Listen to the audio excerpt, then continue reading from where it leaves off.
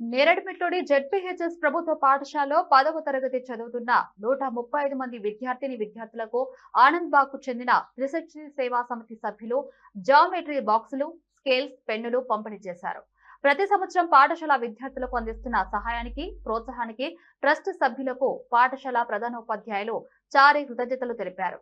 ఈ సందర్భంగా ప్రతి సంవత్సరం తమ ట్రస్ట్ సభ్యులు అందరి సహకారంతో ప్రభుత్వ పాఠశాలల్లోని పేద విద్యార్థులకు సహాయం అందిస్తున్నామని త్రిశక్తి సేవా సమితి ఫౌండర్ సూర్యకుమార్ తెలిపారు.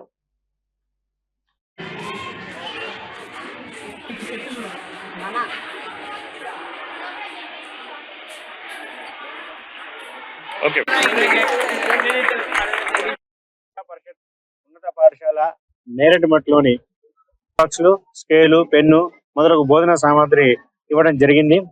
ఇదే పాఠశాలలో గత 4 సంవత్సరాల నుంచి కూడా ఈ యొక్క సంస్థ ద్వారా అనేక కార్యక్రమాలను నిర్వహిస్తూ విద్యార్థులు ఎంతో చైతన్యాన్ని తీసుకురావడానికి ఈ యొక్క సంస్థ ఎంతో కృషి చేస్తుంది.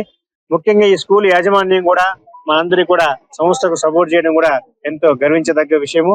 పేద విద్యార్థులు ఉంటారు కాబట్టి వారిలో ఉన్నటువంటి సృజనాత్మకమైనటువంటి పరిశీలనని మరియు వాళ్ళను ప్రతిభని వెలికి తీయాలని చెప్పేసి ఉద్దేశంతోనే అనేక కార్యక్రమాలు చేపట్టాలని కూడా ఈ సంస్థ భావించింది.